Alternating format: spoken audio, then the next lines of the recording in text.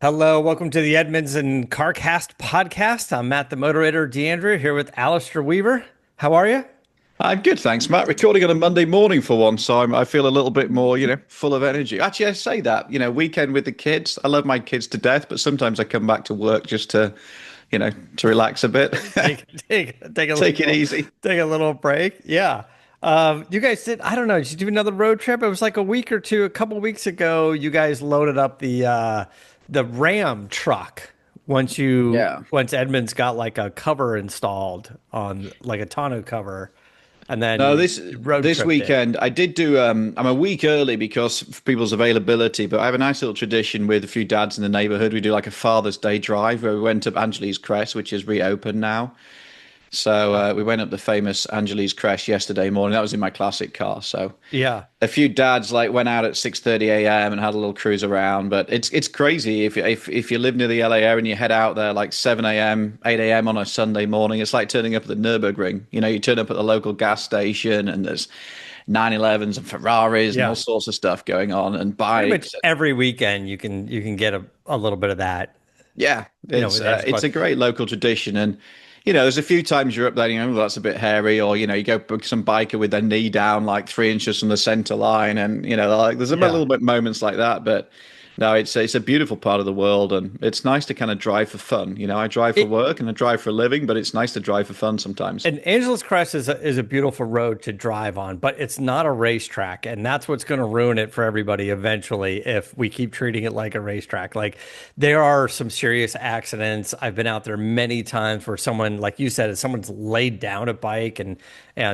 they were on the street, but the bike wasn't. The bike was over the cliff. The bike didn't make it. Like it just there's a bit of that. So you gotta be careful for Well, you get a sure. lot of rocks on the road because some of the local flora and fauna, it can be, can put a lot of dirt and rocks Yeah. onto the road. And we were actually driving back down, I don't know, probably about 8:30 or something, and there was EMTs, like a couple of fire engines, a couple of ambulances flying up the other way. And yeah, I mean, we like said to us, a group, like, you always go out and you just want to have fun. And I was driving a 1990s car, so I wasn't pushing on, and you just got to stay safe, guys. But it's a great occasion. I mean, it's nice to have that kind of like sense of culture and shared endeavor.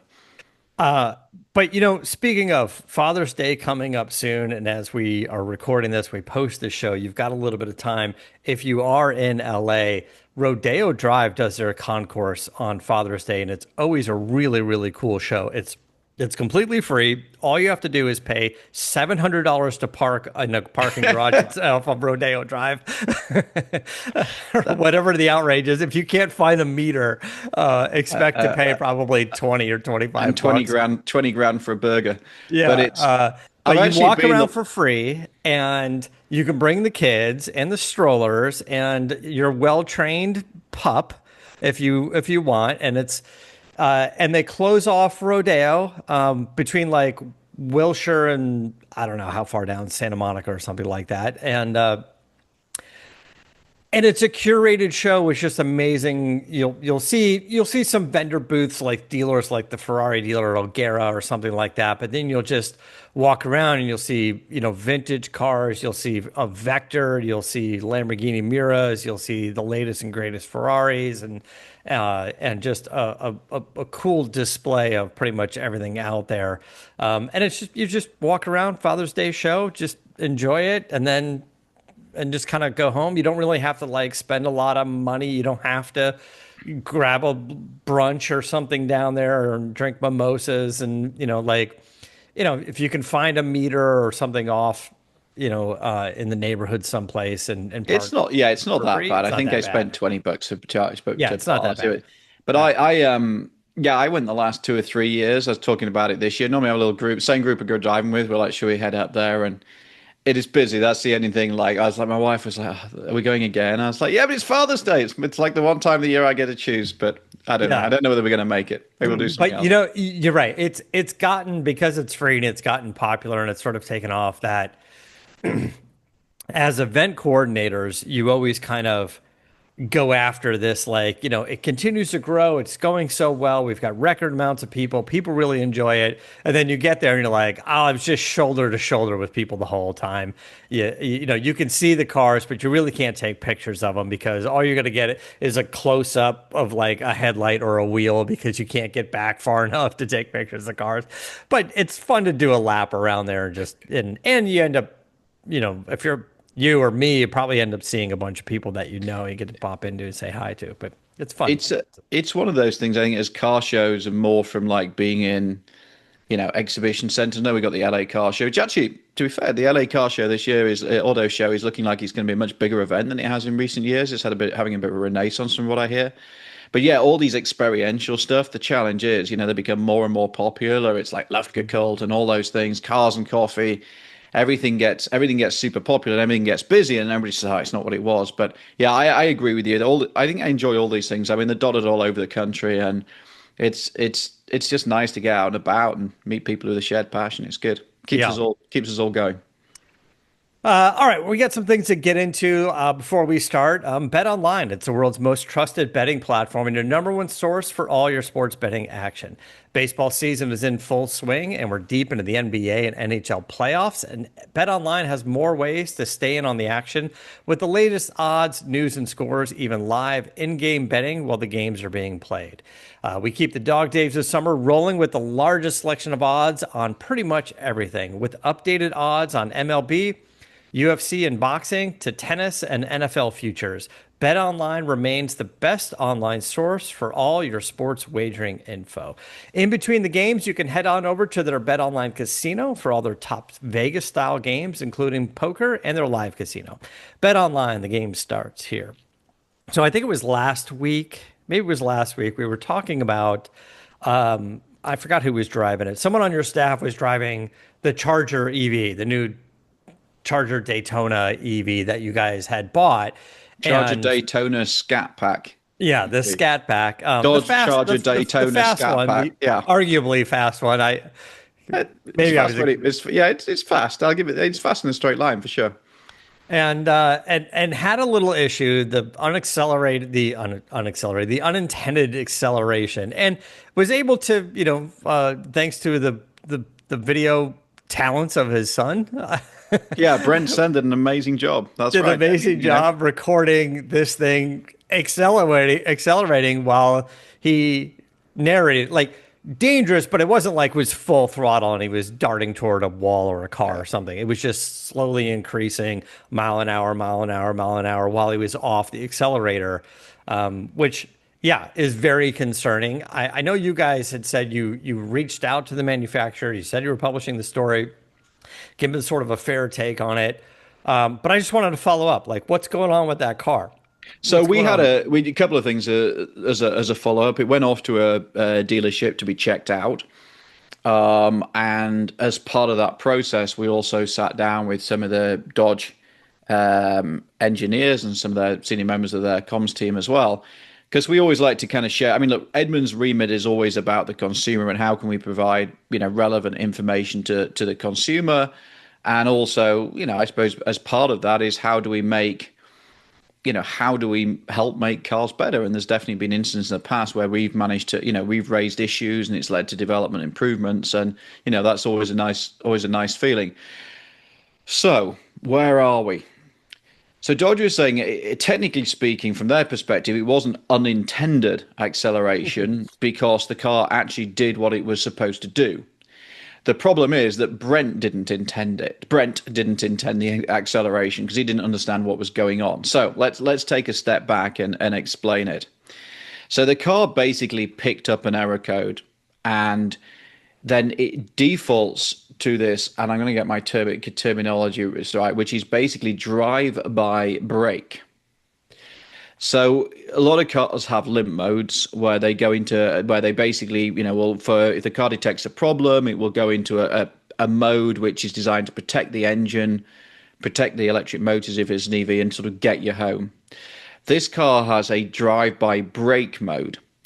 So what it basically does is if you've got a problem with the throttle, it will, or another problem, and we're still working through with Dodge exactly what it takes to activate this system. So is it just throttle? Is it other things? Because the bit that we don't know yet is what actually went wrong with our car. This is the bit that we're still working through. We know it was a sort of torque activation issue, but we're still trying to get to the nuance of what that actually means.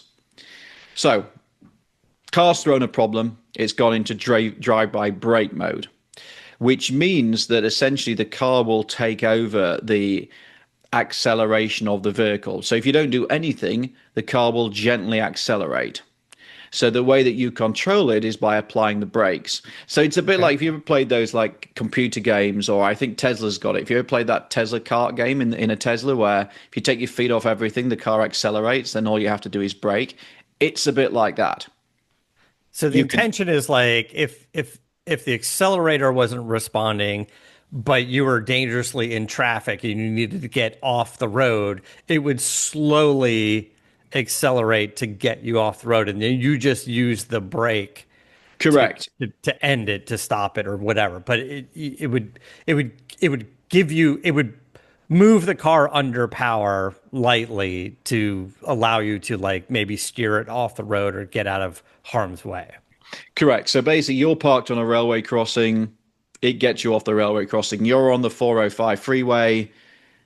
You're not just stranded in the outside lane. The car will get you out of trouble. Yeah. So the principle behind it is sound, if you like. That it's designed, and it also can get you home. And it's not like it just creeps to 10 miles an hour. This thing keeps accelerating. We hit 45, and we're actually got a question out to Dodge saying, is there like a speed limit on this? Does it just keep accelerating? Yeah. So the principle behind it is sound. The problem that occurred, and that Dodge, to be fair to them, have held their hand up and said, yeah, we tend to agree with this, is there's no education. There is nothing in the handbook. There is nothing on the dashboard. Brentsley does remember like a little snail thing that's like goes into limp mode, but nothing to tell you what's going on. And the only stuff when we've done a sort of Google and an AI search and all that good stuff is articles talking about our problems and saying we believe it to be this. So basically, this is like a kind of phantom system which is engineered certainly into the EVs, and we believe, and we're just asking some clarification into a lot of the ICE Stellantis cars as well. So the problem being that if you don't tell people what is happening and your car randomly starts accelerating, A, how do you know what to do? And B, then how do you not panic? I mean, Brent is been driving cars professionally for like 30 years. He's probably about 30 years. He'll love me for saying that, but that's probably true. And so, kind of like figured something was going on and kind of like worked it out, and his son very calmly filmed the whole thing. If that had been my wife with the kids in the car, it would have been terrifying. It would have. And I mean, I'm thinking about it. It's like, if this was a gas engine car, if this was your old Porsche or something like that, and maybe it's more complicated with a manual transmission, but let's assume it was automatic. And with a gas engine car, if it was in gear and the throttle wasn't working, something old school, like you broke a throttle cable, right? And now you can't do it. But it was in gear, then it would idle and it would move the car, right? Or you get that creep, don't you, on automatic? So where you come off the gas pedal, the brake pedal, and it will creep. So it's a similar thing, but when it creeps, it generally just creeps along. It doesn't accelerate. That's a different thing. It's not sort of creeping along on idle. It's accelerating. You don't do 40 miles an hour on idle. Right. I mean, there's a limit. It'll accelerate a little bit, but at some point, it's just idling. Like that's it. Yeah. There's no more RPM. Like there's not much more to move the weight of the vehicle. Yeah. Okay. So, listen, I understand what they were going after with this as a safety feature. Yes. And you're right. Not knowing about it is an issue, I guess. That's the problem, right? If you say like, if you have a problem, dear consumer, you pick up the car. If there's a problem, this car has this function, it'll get you home. Don't be alarmed. You just brake, and then you just brake it to a stop. okay, I got my head around that, and that's okay. Or maybe you have to have some system on that. They're all electronic dashboards now. Maybe you could have something that comes up, says, use the brake to slow, car auto accelerating, use brake to slow, or something like that. And then you Yeah. go, okay, it's a bit scary, but I got my head around this. But nothing. I mean, literally nothing to tell you what's going on, and like nothing in the manual, nothing. Yeah. So it's But that's also extraordinary. just half the issue. The other half is, why did this happen? Like, what was he doing in the car that had put it into this fail-safe mode? That's the bit that we're struggling with, Matt. I mean, Brent went to the barbers, is what he was doing. He was like running errands with his boy, so he wasn't hot footing it from the drag strip or something. And And so but he wasn't in an accident, and there wasn't no, something there was going on with the absolutely car. nothing. Like I think he'd had his haircut, and so we're working through this. So it's an ongoing conversation, but that's basically what has happened. So the car's been into the dealership. It's had a like a firmware update by which you get over the air software updates, yeah, which you just do from your front drive. There are certain updates where they actually need to plug the car in, so it's had one of those.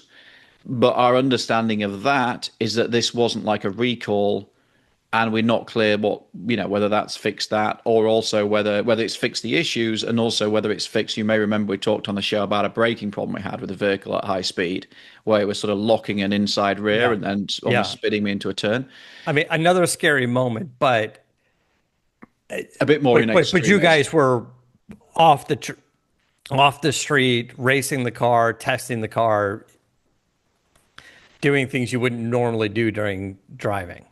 Correct. Well, to a point, yeah. I mean, I think if you're seeing this car like if you're seeing this car as a sort of super fast drag racy type thing, then consumers are more likely to Yeah. do stuff like that in this car than they are in a CRV. But yeah, so there's a whole bunch of stuff going on, and we did talk to the guys at Dodge, and we said, maybe we'll get a guest on the show and we can talk more. We can talk more about it and how to, there's a lot of sympathy here because there's obviously there's a lot of like solid intent behind it. It's just how you execute on it and how you keep consumers, abreast of Yeah. what's happening with their vehicle. And it's difficult now because everything's got so complicated. I mean, we talk about this so much. It's like everything is so complicated.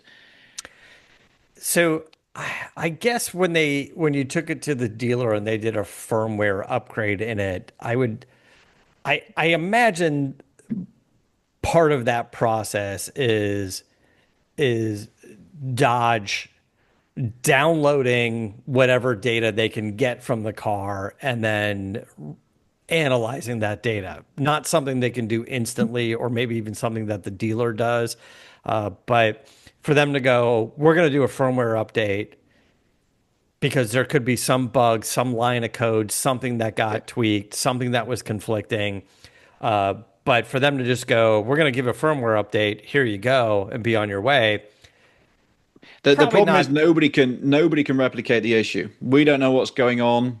right. They If don't they know got what's going on. copies of the software and ran through some things, Yeah. maybe, look, maybe in 3 months from now, the engineers have figured out what happened, not just with your car, but maybe it's something they figured out or were able to recreate by maybe even downloading some stuff from your car and other cars. But the solution is interesting. The solution is we're just going to give you fresh software, and hopefully your software just got a little corrupted or a bug someplace. We don't know. Don't know how it can be in there. Don't know what happened. Like any number of things. It's like, how many times have we even tried to, I'm simplifying this. You download an app onto your phone, and in the middle of downloading your app, like your internet goes out, and you're like, what's happening here? Now it's just sitting there and it doesn't know Yeah. what to do. I literally just did this last week with one of our shows.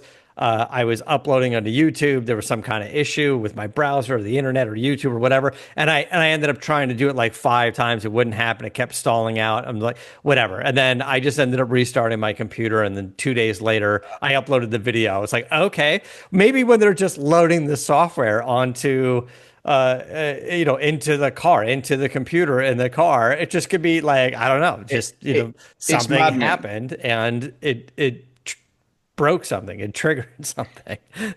It is. I had a thing with Spotify last week, when you ask Siri to play a song, and we've done this, like, hey Siri, play the song, and try and do it in the car with the kids, and it just wouldn't work, wouldn't work. Kept saying, authentication. I Googled it, nothing. So again, so you just delete the app, reinstall the app, and then you get it working. But Yeah. this is kind of what they're doing with cars now. So Well, that's what they did to your Dodge. They sort of deleted the app and reinstalled it. yeah, exactly. And now we're kind of hoping all is well. But nothing. The car's working. Nothing's. We've not replicated this again, which is kind of maddening in itself, because if you don't know what's happened, then it's hard to replicate. So this is an ongoing story. I don't want to bore people every week with it, but I'm sure there'll be more updates, and maybe we'll get a guest on the show and just talk about this and the complexity. I mean, to be fair to Dodge, it's not the first time. I mean, we had a situation, you may remember, a couple of years back with the Rivian truck, where a couple of the team were commuting to work, accidentally knocked the gear stick with their knee, knocked it into neutral, car would ground to a stop, zero warnings, apart from a tiny little N in the dashboard, which they didn't spot. They thought the truck had broken down. Every other car basically has a neutral failsafe, so you can't do that. Rivian Yeah. just hadn't got round to coding that bit. It's obviously not a legislative requirement, and so as a result, they wrote the code, did an over-the-air update, and now if you knock your Rivian into neutral, thank Edmunds. So I don't know. It's a difficult world. These things are so complex, and of Yeah. course, nothing's like a cable anymore. I mean, it was a joy driving my old 911 yesterday, because everything's a cable and you can feel the gears and everything else. The reality is, everything's just a micro switch. There's nothing actually behind anything anymore. Yeah. All right. Well, that's the update on the Dodge Charger EV. Let's go to the opposite end of the spectrum. You guys had the Mustang, the Dark Horse. We've been talking for a little while about uh, getting the Ford Performance Supercharger package, right? This is like an 800 or 810 horsepower package, Whipple supercharger, warranted through Ford Performance. A great performance package, not inexpensive, but you guys did that. You took your Dark Horse, you supercharge it, and then also maybe you can run through. I don't know if this has been published yet. If you have a page built on it, did you guys run through like the No, this is cost and the installation and? we're actually leading the way here, so we're kind of giving the game away. But yeah, we had it's, as regular listeners will know, we had a Shelby GT500, which we absolutely adored, and we got rid of that. And there's always so much interest around Mustangs, and it's kind of the last performance coupe left, really, at least till the new Charger arrives, or new gas Charger arrives. So we bought another Mustang. We bought a Dark Horse, and then we ran it in some Edmunds U-Drag stuff. It did okay, but then Ford basically contacted and said, "Look, we've just launched this new supercharger. It adds 300 horsepower for basically 10 grand plus installation. So let's call it 15 grand all in." And we looked and said, well, this basically takes it back to where the Shelby was. And it's kind of it will be great as an Edmunds U-Drags car. And that's kind of the thinking. We also thought it was an interesting consumer story. And, this is an official Ford part. So you have a warranty. It does change things like the service intervals, but there is a 24,000 mile warranty behind it. So I think it's 24,000 miles. So we said, okay, let's go ahead. So we bought the kit for $10,000, and then we went to Galpin Autosport to fit it. So all in, you're about 15 grand. So what do you get? You get a Whipple blower. If you're a forced induction fan, that name obviously is pretty famous. New intercooler, throttle body, high performance spark plugs, and the injectors that previously seen are on the GT500. Obviously, new rework the electronics as well. All that gets fitted in, and then out takes our Dark Horse from 500 horsepower.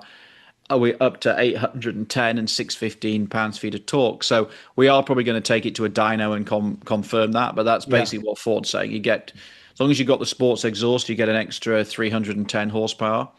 So you're now up at 810. Now, our car, all in, because our car is highly spec. So we went for the Dark Horse with the track package, and it has the fancy seats and stuff. So all in, we're about 90 grand we're about 90 grand in, which is an awful lot of money for a Mustang, which isn't Yeah. a Shelby. We reckon you can fit this kit to any V8 Mustang. Yeah. So if you work it out, if you go for just a base V8 Mustang with a supercharger, you can probably do the whole thing for about 65. But you kind of feel like you want the suspension bits if you're going to create an 800 horsepower car. And I'll come on to what ours feels like in a moment. So you could do this for 65 grand. I reckon most customers will be in the 80s somewhere, which is Yeah. a lot of money. I mean, we're talking in the conclusion about what else you can buy. Obviously, you can get a C8 Corvette Stingray for that money. You can get a used GT500, which might be my choice because it'll protect your investment better. But there's a lot of car. You get a used 911 for 80,000 bucks. There's a lot you can do with $80,000. But let's go back to supercharger. We've got it. We've done it. We now have basically a sort of pseudo GT500, which is a dark horse with the track package with the supercharger. Yeah. Because you can't get a new GT500, so offering this package, dealer installed through Ford with a warranty, with their tune, is cool. It's a good option. Have you driven it yet? Yeah, I actually did a video. I had it down at the track last week, so I can reveal the numbers. So obviously, one of the big challenges is if the dark horse that we have with the track package has the uprated suspension and it has the Trofeo tires, which are very sticky. And you guys got the automatic. And we got the automatic because we wanted to go fast and we wanted to work in the Edmunds U-Drags. I wanted that And purest more manual, consistent testing results usually. Correct. Apart from if you buy the automatic dark horse, for reasons that I still don't understand, you don't get launch control. You had launch control on the old GT500. You get launch control on a manual dark horse, no launch control on a automatic dark horse, which makes very little sense to me. And also, we haven't changed anything else. So the gearbox GT500 had that double clutch transmission, so built for performance, built for all the power and torque. This is a standard 10-speed auto. Yeah. Nothing's been upgraded. Same suspension, same brakes, same everything. It just weighs a couple of hundred. It weighs, I think, 150 pounds more or something. I haven't got the mass in front of me, but we weighed it. Top of my head, I think it was about 150 pounds more. So the numbers. So the big challenge is how's it going to handle the traction? Yeah. Even the GT500 struggled off the line. So figures: dark horse as a standard car, 0 to 60 in 4.4, which is impressive given the traction issues. Quarter in 12.6 at 113. With the supercharger, 60 in 3.9, so half a second quicker. Okay. And quarter in 11.4 at 127, so 1.2 seconds faster to the quarter. And it's only really when you get towards the quarter mile that you start to be able to use all the traction. So that's impressive. That's actually better than we thought it was going to be. And because the track, we're not doing rollout, so you don't get that kind of drag racing. So that doesn't improve the time. And we don't do big burnouts because, frankly, we're not allowed to at the facility. So there's no big burnouts. There's, the tires are probably warm after you've done a couple of runs, but they're not prepped as such.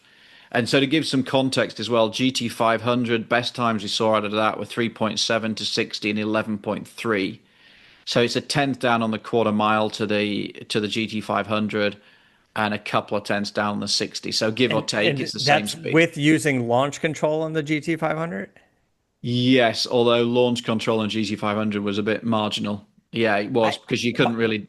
The issue with the launch control in the GT500, when I was invited to the event, I'm not exactly sure on your production car, it had this like hesitation. Like you hit the launch control and it was like, it just seemed like a full second before this car even moved.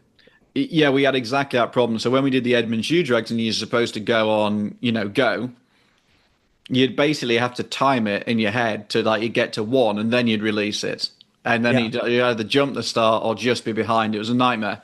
Yeah, that was a problem throughout. So, I mean, not a problem if you're at a drag strip and it's just all about the time, but a problem if you're trying to race it for sure. So anyway, we've ended up with a car which is appreciably faster. And then I took it on the track and all the handling loops and everything else. And I was a bit critical, and we were as a team of the Dark Horse initially. He just doesn't feel as stiff and agile as the GT5. GT500 ground up performance car, not a muscle car, a Yeah. proper sports car. Loved it. When you drive the Dark Horse in comparison, tons of grip, but it just doesn't. It's just not quite as sharp. You get a little bit more Right. body roll, Yeah. it's kind of more fail safe if you're not particularly experienced. And the supercharger just kind of like perpetuates that. So you don't. We were worried, right? What is it going to make this thing almost undrivable? The reality is it doesn't. There's still tons of grip, and yeah, you got to be fairly sensible with the throttle if you turn everything off. But it just kind of like exaggerates some of the things that we're not that keen on, like the fact that you get a kind of body where you almost have to like let the car roll, take a set, then get on the throttle. It's a car that you kind of like you have to drive in a specific way to get it to go fast. It's not as kind of like a super. It feels big and heavy and a little bit soft, even with the track package and everything else. Yeah, but I would imagine though driving it around town is a blast. You've got that supercharger, that power, low end torque, the supercharger whine, and a little less concern with like, do I have carbon fiber wheels? Do I have a giant carbon Yeah. fiber front splitter? Do I have to worry about the ride height? Is it difficult to get in and out of because it's been lowered? Like, just a lot of the things that go with the performance versions of anything. Porsche's, the Corvette, you drove the ZR1. It's just like all these things you have to worry about going, well, this is an everyday driver Mustang that we just added a few hundred horsepower to. I think that's right. I mean, you can have carbon wheels, and so we don't. You can have carbon wheels and stuff on this if you really want to go see. But I agree with you. I think that's its strength. I don't think it's like necessarily a. I'm hopefully people will track them, but I don't think it's not like trying to be a 911 GT3 at a fraction of the price, Yeah. loads more power. It is kind of a street muscle car that will put a smile on your face. You go to the canyons. We talked about that earlier. You'll point and squirt it out of corners. Sounds magnificent. It's funny. It doesn't. The GT500 used to have this really strong supercharger whine about it.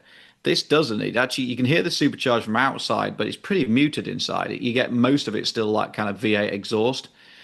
So I think that's the appeal. It's a really fun knocking around Yeah. car with Yeah, just I'm glad you big guys power. like it. It'd be an interesting car to drive because I've driven so many of the high performance variants of Mustangs, from the stock GTs to the Roush supercharged cars, to the GT500 and GT350. It'd be interesting to drive just the supercharged Dark Horse because I've driven the Dark Horse as well. So it seems like it would be a fun car to It to is a fun drive. car. It's just, Yeah. I was looking before we're coming on air. I was just looking at the Mustang range to remind myself of like where it sits. And if you can get like a four-cylinder Mustang for just over 30 grand. And Yeah. that's quite a lot of car at 30 grand. And and you're getting a lot of the Mustang experience for 30 grand. And then you're all the way with our car up to basically 90 grand. And it's a lot of money. 90 It grand just is. feels like cars have a sweet spot. 90 grand feels like a lot of money for a non-Shelby Mustang.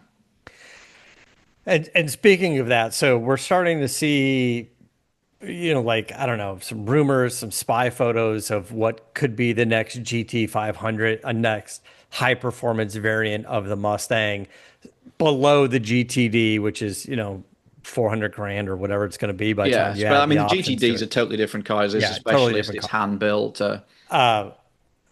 But also, like, here's the thing is everything is saying this is the next GT 500, next GT 500. And I totally understand why everybody is saying that. But I don't think Ford has a licensing deal with Shelby to get the GT 500 name. You probably could get a new Mustang Bullet, or they could do a Boss 302, or they can do different, whatever, depends on which trademarks that they have.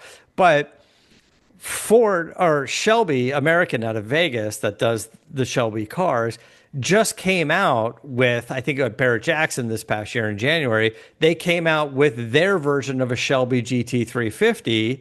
And I was like, why? And they said, because Ford didn't renew their license for the trademark. So there will not be a Ford GT350. So I would assume whatever this high performance variant of Ford, that Mustang that's going to come out, as cool as it may be, it's unlikely it will be a GT500 unless, as they're developing this car, they come back to the table sort of at the last minute and go, we've got a car.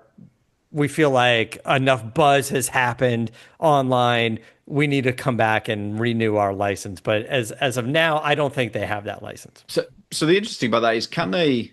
You might be able to answer this, or I know you're friends with Aaron Show, but can you have the GT500 without the Shelby? Because if you just call it the No, GT500, because no. they have the GT500. When you look at the list of trademarks that the Shelby, Carroll Shelby Licensing Inc., what they own, they have like Shelby GT350, GT500. I think they have Shelby Cobra, but not Cobra. So if you think of the Mustang in '93, the Ford Yeah. Mustang, the SVT Cobra, it could be that. They could do a Mustang Cobra. You have a Dark Horse and bring back the Mustang Cobra and pay homage to the '93 Mustang. But I don't think they couldn't do Shelby Cobra, and I don't think they can do GT350 or GT500. It's a minefield. I mean, we just trademarked the Edmunds U-Drag's name, and it's fascinating, like the process. And I have a friend who's in this business as well. Yeah. Yeah, if you get it right, it can be a good legacy thing. So yeah, who knows? I mean, the other interesting thing about all that, we mentioned the GTD. They've got this crazy car coming out, which is basically the race car off the road. It's the successor in spirit, at least, to the Ford GT. And yet, if you're going to do whatever it's called, a sort of proper performance Mustang above the Dark Horse, Yeah. which has to, given that this supercharged kit gives you 800 horsepower, it's going to have the old GT500 had 760, so it's got to, let's say it's got 800 and a bit, which means it'll be more powerful than the GTD or similar power. So Yeah. you got to be careful that your Shelby or whatever it's called is not, it'll probably be as fast in a straight line as the GTD, but I guess one's collectible, one's track car. Like that's a difficult dilemma, and you never want to hold a car back. And we've seen this in the past. I mean, remember when Porsche brought the Cayman out originally? I remember being the original launch and the original press conference, and Volta Roll, the famous test driver and world rally champ, was asked, somebody asked, why doesn't it have a limited slip differential? And he said, gosh, the marketing people won't let me have one because they were so paranoid about protecting the 911. And it feels like the same thing. You bring this car out and it's like, oh, can't make it too good. Yeah. I agree with you. And because Ford knew they were going to do a supercharger package like what you guys just installed, and it's 810 horsepower, crank horsepower on 93 octane when you get to the fine print. But 91, I think, actually. But anyway, carry on. I think where they kind of dropped the ball was not having the GTD just be 850 horsepower, is just be a little bit more than anything else that's been out there, more than the supercharger package, more than whatever the next version of high performance Mustang is going to be. That can come in at 810, it can be at 790, it can be 800, 810, 820. Like they should have just gotten somewhere around 850, and They from might there. yet. I mean, the tendency to come out and say, oh, well, they did this with this Corvette ZR1. Oh, yeah, we thought it was going to have this much horse, but actually it's got this. So, and Yeah. then you get like another sort of buzz of And have they enthusiasm. delivered a GTD yet? I don't know. I mean, No. other than the ones we've seen from Ford showing up at like a Cars and Coffee or at certain events, and the ones they're testing. But you're right. Again, it wouldn't surprise me at this point for them to go, here's a deal. Also, because they're going to go, that's built by Multimatic, that's in Canada. There's going to be a tariff. There's probably going to cost you more money. And how do we sort of soften the blow a little bit by going, the GTD actually is going to have 850 horsepower. Yeah, I mean, there's ways and means. So Yeah. we will see. But, interesting Yeah. times. And then we go we back and question them and go, oh, if it's 850, when you set your Nürburgring record, did you do it with 850 horsepower, or did you do it with what was originally spec'd? Yeah. Right? Or 110 octane fuel or something. Yeah. I mean, I think so. The fact that all these things are still existing and being drivable, I think, it just says a huge amount about the tire technology as well. Yeah. Yeah. The Because, fact that these are, front engine. Yeah, big, heavy rear front engine, rear wheel drive. The tires have just got so good now, particularly on the Yeah. more kind of aggressive rubber. But I mean, it's going to eat tires. There's absolutely no question. So I mean, if you want practical consumer advice, it's going to drink gas and eat tires. And the Yeah. tires are really expensive. And we did a day's testing in it at the track, and we were doing some filming at the end of the day, and you do what you call an up and by, which is basically you do like a lap of the circuit and the camera's in two or three positions and you whiz past. And I was like, guys, we got like two more runs because I'm running out of fuel. So it's gonna, I don't think I've ever had that before. So it's gonna eat fuel, drink fuel, eat tires, drink fuel, Yeah. but be really fun. All right. Well, so look, let's take a quick break. We'll be right back.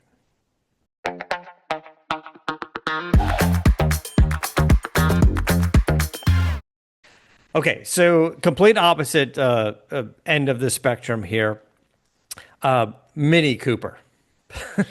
Yeah, I remember when Mini came back to the US. It was small, it was fun. They came out with some high performance variants. The Cooper S was cool. The John Cooper Works package, cool. The gray with the red mirrors, and I hit the track with one of them, and I kind of like what they were doing.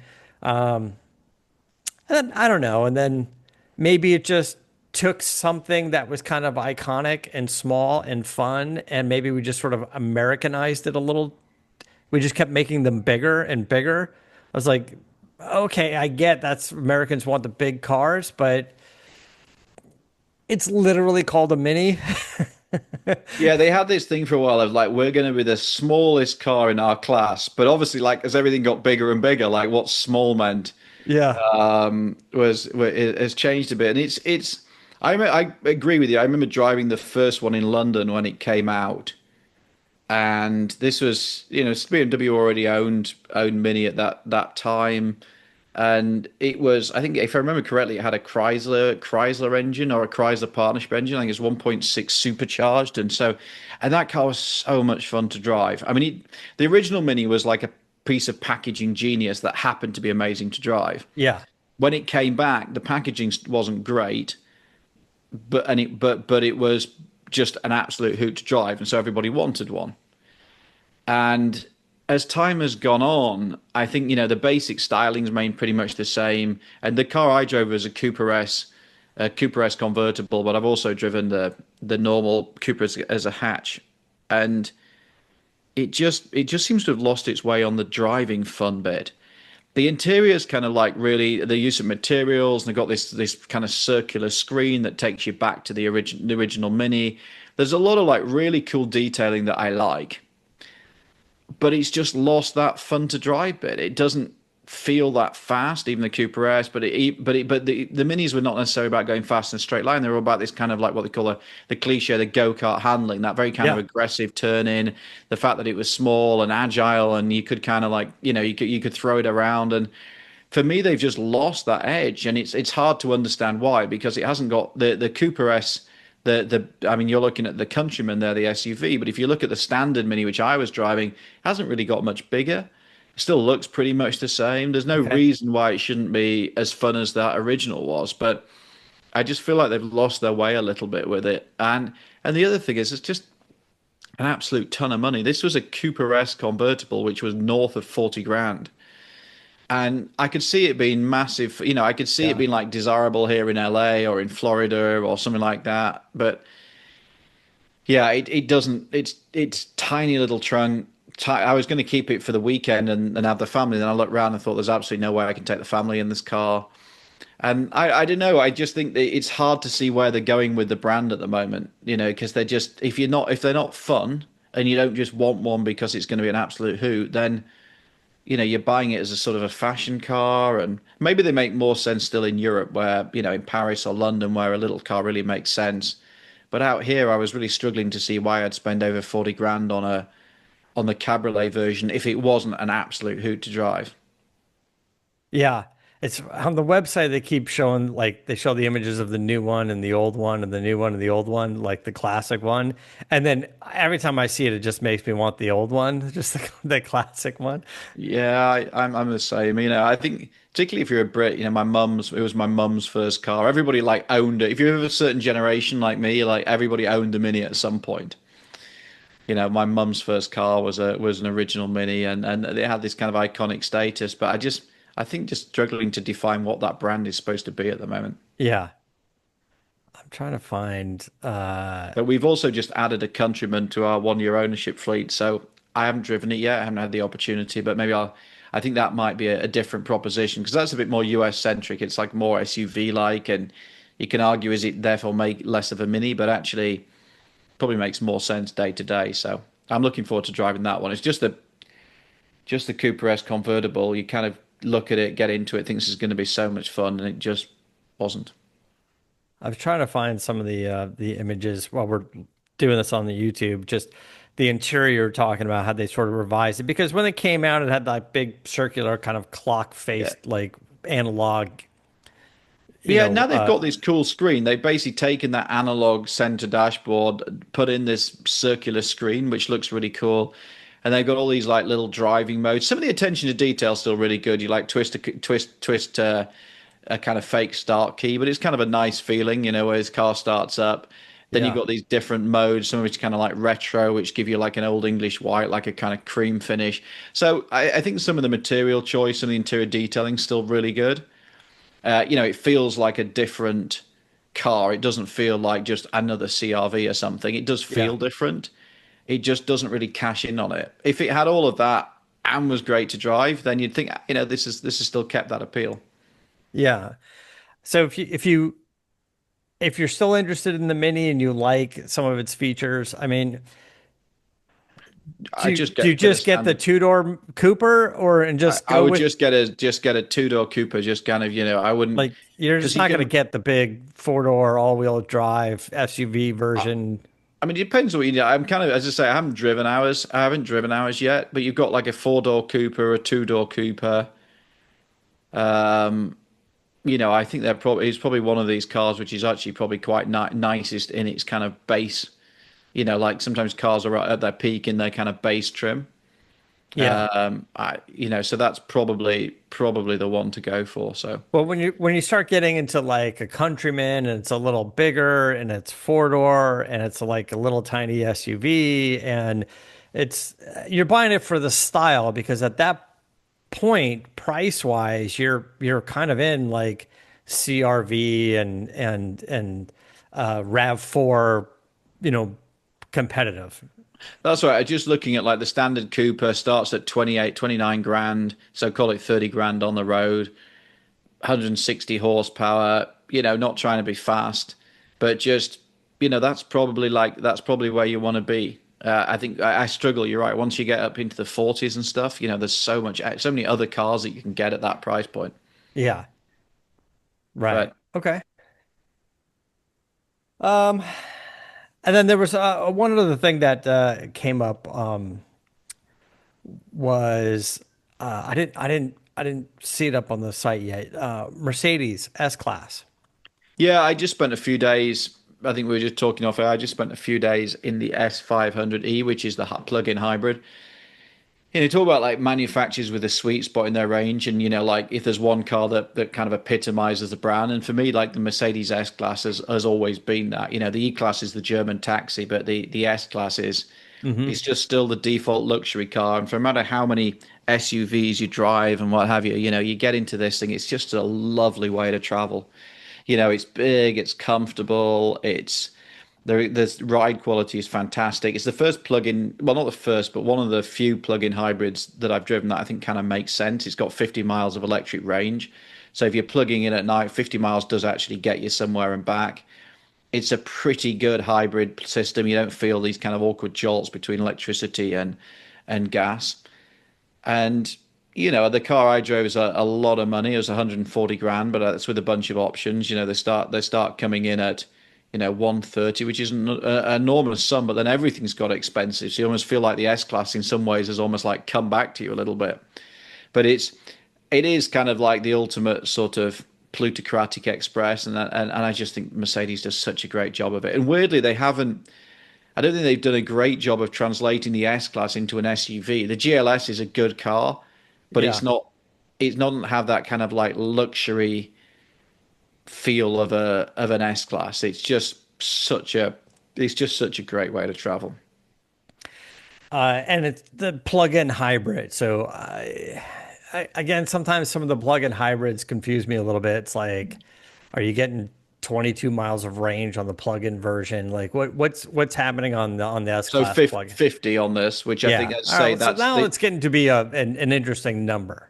So I think this is actually something that works. I think, if you're able to plug it in at home, 50 miles actually is because you never get most of the time you never get 50 miles if sometimes you get a bit less or whatever. So yeah, that kind of makes sense to me. So this is a rare case. I'm not a big fan, as you know, of plug-in hybrids, but when you get to a 50-mile range, and it also works well with the six cylinder that's underpinning it.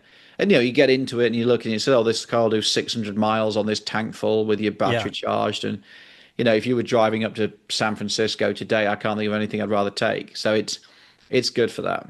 Yeah. Okay. But it's an S class still, and that's the top of the food chain at Mercedes, It basically. So it's not going to be inexpensive, but it's not supposed to be inexpensive. it It's is, and supposed it's to funny be how they just I amazing. went into Target, being an S-Class driver, I went to Target with it and parked it next to an EQS. And I looked at the EQS, I was like, let's just really drop the ball with that car. The S-Class has this sort of grandeur and stature where it's not Yeah. ostentatious like a Bentley, but it just looks like a nice thing and is a nice thing. And the EQS just looks so kind of, cheap and cheerful even though it's the same price. I just don't understand why they went with that car. So I guess Mercedes is rethinking their whole EV strategy at this point. Now you're talking about a plug-in hybrid, but the EV strategy, they did that G-Wagon with the crazy weird dance Yeah. mode that it does, and whatever they sold like 57 of them or something, some I ridiculously. saw some data on that. Apparently, I don't know whether he's in trouble for this, but one of their senior executives apparently did a newspaper article in Germany and called it a disaster or something. Yeah, So you just said there's a bad idea. Like worldwide, I don't even know if it hit three digits. Like if they sold over 100 of these things, but it's probably a good deal to go on one if you well, know. so 'Cause that's actually, what I I was thought going it to was bring quite a up. It's nice like you thing. look at you look at like EQS and stuff like that.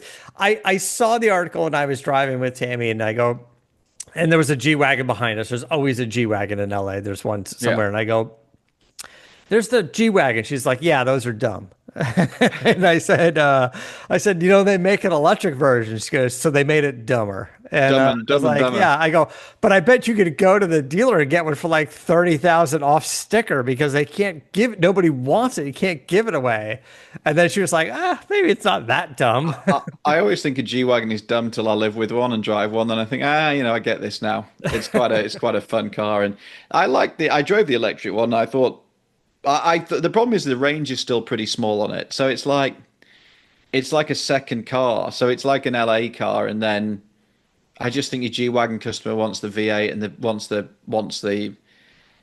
the noise and the sensation. So I'm not surprised it hasn't sold, but maybe I'm a bit more surprised it hasn't sold in Europe as well as the US. But yeah, I mean, going back to the S Class, maybe they need to do what BMW's done and just make an electric version of the S Class. Or stick with some sort of hybrid like Yeah. Toyota, like as an S-Class customer, I also kind of don't want to be inconvenienced, right? And if you can get me a decent S-Class hybrid, it doesn't need to be the fastest thing out. They're all quick, but it's big. It's Yeah. like, it's good size. Like you said, if you're driving to San Francisco, what a better ride this side of a Rolls Royce or a Bentley, it's just like, in the S-Class. I think they're better in many ways. It's a better car than but Bentley appeals just because it's you know the material choice is a little step up and you can personalize it and stuff. But just as the basic dynamics, the ride quality and everything else, that S Class is just still Yeah. the default. And nobody else, all these years, nobody else has managed to do it. BMW's tried and failed. Audi's tried and failed. Nobody has done. nobody's been able to just do what the S Class does. And the idea of plug-in hybrid and you know, you're saying it's good, 50 miles of range, but the idea is still like a plug-in hybrid. And maybe this is just you and I, just kind of a thought. I think they're just kind of going after whatever government mandate they have, some sort of like, you know, some fleet mile per gallon target, you know, and plug-in hybrid's the way to get there. But if they just did hybrid and gave us a pretty decent MPG out of an S class, um, I think it would be a hit for them. Yeah, I mean, I don't disagree with you. Although, you know, I think about my lifestyle in LA. If I had one of those and plugged it in every night, I think it did make quite a lot of sense. And there is something quite serene about being in what is effectively an electric S class, where it is silent and it's perfectly fast enough in electric mode, and you're just sort of cruising along. And it's you know, so I get that. If it was my commuting car, then I'd just run on electricity all week and then Yeah. use the gas bit at the weekend. So I I get where you're coming from, but this at 50 miles in this kind of car does work for me. Whereas an electric G-Wagon for all that money that doesn't go that far is just a toy. Yeah, it's a toy. And all you do is you get that thing so you can try to get it to spin around in an intersection Yeah. and show off to your friends in a Walmart parking lot or something. But then that's it. Once you've done that a few times and you realize it's tearing up your tires. And it's just so sort of incongruous, like that big sort of like heavy off-roader alpha Yeah. vibe with an electric stuff because it's not going, you know, maybe it's best if you have a ski lodge, and let's face it, G-Wagon customers probably, many of them will, and it just becomes your skiing car and you just park it in Vale and you charge it up every night and you drive the 3 miles to the slopes. I mean, it might be perfect for that. I guess. I mean, what is it, like 150 grand? I guess if it's your skiing car and you got 150 grand, Yeah, but so you can use it 2 weeks a year. plenty of people do, Matt, just not you and me. Definitely not you and me. All right, I think we're gonna wrap things up for today. What is there anything we're missing? What's on the docket? What's on the docket this week? I'm trying to think, a bunch of meetings for me. Nothing. I'm trying to think of anything exciting I'm doing, but no, I'm sure we got plenty to talk about next week. But it's yeah, chunk of meetings. Yeah. Okay. Well, look. And After, my 6-year-old's kindergarten graduation, which is a okay. big deal. It's like when you and I were at school, or certainly when I was at school, you finished the school year and your teacher kind of like grunted something about seeing you in September and try not to get yourself into trouble, and that was it. Yeah. Now you have a graduation, you have a thing, you learn a song. I mean, it's nice. It's different.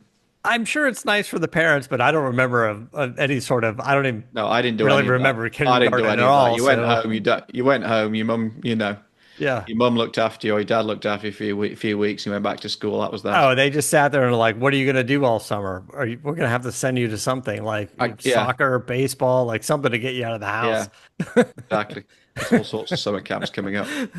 All right. Well, have a good rest of the week. Enjoy your meetings. Until next time, keep the air in the spare and the bag in the wheel.